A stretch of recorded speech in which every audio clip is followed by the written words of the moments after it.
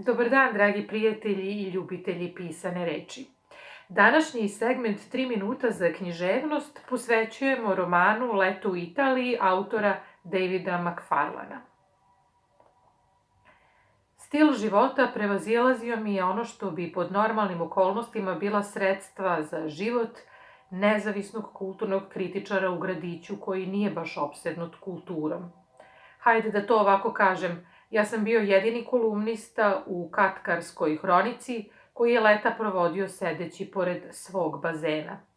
Da bome, život na aveni Hillside od starateljskog fonda koji Arčie osnovao za mene nije predstavljao nešto što sam planirao da uradim. Došao sam veoma blizu toga da imam u potpunosti drugačiji život. Život koji bi obuhvatio i tebe. Ali to se nije desilo. Desilo se da sam ostavio tvoju majku i desilo se da je vreme prošlo. Vreme je prošlo u sekvenciji malih stvari koju nisam bio dovoljno pronicljiv da vidim kao sekvencu. A dok je prolazilo, dogodilo se nešto drugo. Postao sam najčudnija stvar. Plave farmerice postepeno su nestale. Razgovori s komšijama o tome šta ću raditi i kuda ću ići postepeno su prestali.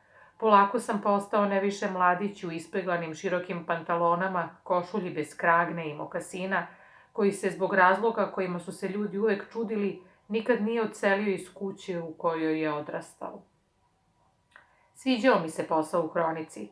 Našao sam nešto zadovoljavajuće u poštovanju rokova, počecima i krajevima, radu unutar ograničenja svakodnevice. Takav posao nije neslavan, ma koliko da tvoja majka misli drugačije. Pisanje kolumne u hronici, držanje lekcija o impresionizmu i renesansnoj skulpturi bezvoljnom kamermanu u studiju Kanala 93, povremeno držanje govora za ručkovima u Rotary klubu i vođenje kurseva za odrasle o istoriji umetnosti na opštinskom koledžu držali su me zaposlenim.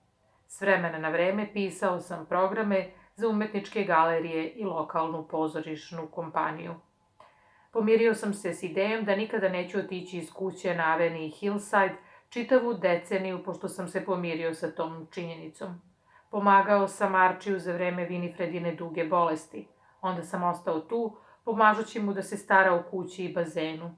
Popunio sam nišu katkarskog nezavisnog kulturnog stručnjaka, nišu koja je bila ekstremno mala, ali verovatno upravo iz tog razloga u potpunosti prazna. Bio je ovo kratak odeljak iz romana Leto u Italiji Davida Macfarlana. Nadam se da ste uživali sa nama i da vam nije bilo žao što ste izdvojili 3 minuta za književnost.